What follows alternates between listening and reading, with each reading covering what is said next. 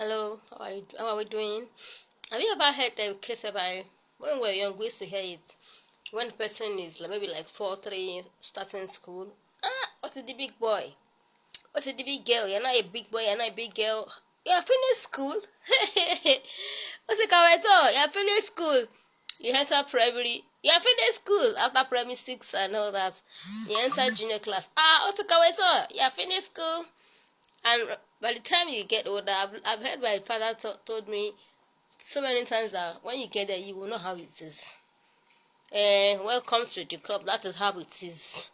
But they were the ones pulling you, encouraging you, making you feel like, come up higher, come up higher, come up higher. When you now enter without thinking that, oh man, what did I do?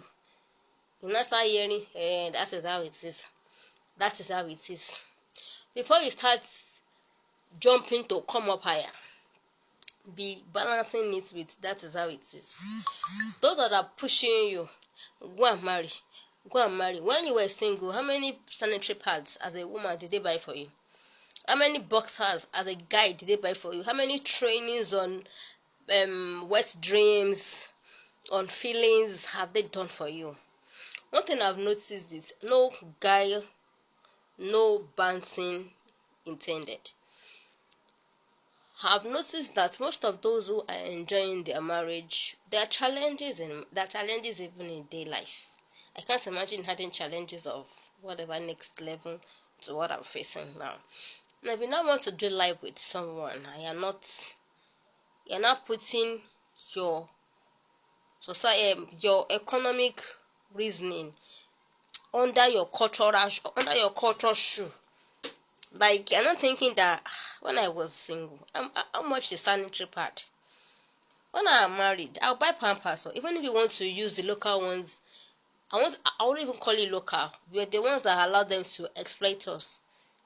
A lady, all these napkins, cloth napkins that our mothers used for us, they will sun dry them. They will use their wrappers when they were single. They will cut it into shapes and sizes. They use it to pack us, use safety pin and all that. I can still remember those stuffs. Until innovation came and we are now being exploited. How much would you have needed to use napkin? The local cloth napkin. We are not buying pampers. We shall want to keep adapting. And they keep calling us developing country, third world country. And we are still not called. They know what they are doing. They know what they are doing. So I'm trying to understand. Don't put your economic reality reasoning under cultural shoe. When in other countries, which country was that I learned that a lady under 30, under 35, thereabouts, is their prime minister, is their leader. Commissioners, what we call commissioners and ministers in Nigeria, that they have their names over there, and they're not asking you how are you feeding. How are you coping? How is your business? How much can I use to support you? The book you said you wanted to write, how far have you gone? What can I use to support your book launch? What can I do to support your therapy, your self-esteem, your whatever? And all they are saying is, like nothing is like having a second person.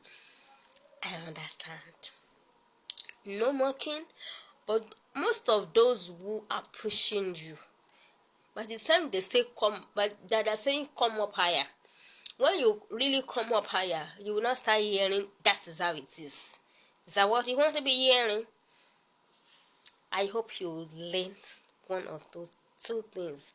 I've seen those who have been pushed with tears in my eye. You can't see the tears in my eye because I'm not being so emotional this morning, so you might not see the tears, but with much more pain in my heart. I've seen so many of people I could have called my friends, yes, or maybe childhood friends, you get, people that we actually lived the trauma together vulnerably and sincerely and openly without shame and guilt, and because they wanted to escape from one, they rushed to another. Not even them talking, I can see what they are going through, and I am so grieved that I can't even help them. I hope you have learn something. Most of those who just encourage you, just ask you once in a while, just push you here and there a bit, just nudge you slightly, lightly. If you check it, they're even still one enjoying their marriage and trying to handle their challenges well. Those who are not, those who really don't, how will I put it without being sarcastic? But what I'll just say is those who I feel are not really putting pressure on you or me, and those that I even feel that their marriages are emulatable, at least you can learn one or two things and add your own sense to it. Those are pushing you, that they are really pushing you, that they are really, really pressuring you. How many times have they asked you about other areas of your life? Is marriage everything? I've seen so many people married and their life sank. I don't need to hear it from them. I'm not even interested in poking my nose into any other person's business, as it is wisdom. I can see it. It's not fair. Now you now start hearing them. I'm so supposed to enter this marriage. They will now start commenting under strangers' posts online. The confidence they cannot put in arale, people that they know, or because they feel maybe they are ashamed that they don't want to be battered by a known person or folk. FOLK. They will now go under comments of probably some, I don't want to mention names, some popular relationship experts, bloggers, groups, and all that. They'll be sharing their stories anonymously, or some will even comment under major relationship experts. Of course, Facebook cannot hide name. Social media will not be able to, except they open another page with anonymous name or whatever. But you have seen some of them, and they'll be telling some folks will be telling you, don't worry, I'm going to do this and that on your wedding. They do it now that I need money for sanitary pad. Do it now when I need money to buy some food to eat, even stay alive till that day.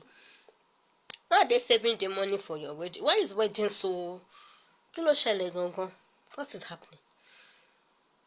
How many sanitary pads have I used this year? How much have I spent on data? How much have I spent on developing myself? How much have I spent on hair?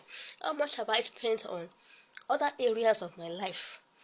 That is that marriage, wedding, that you now want to reserve your help for me till then. Why don't you help me when how sure are you that I will be fit for the marriage when I'm not even being taken care of along the line? Why? When now is not okay, is it marriage that will not be okay? It is well. I'm not even saying that don't encourage people to get married. But what I'm saying is, do that you are under the pressure, apply sense. We were taught in chemistry, in physics.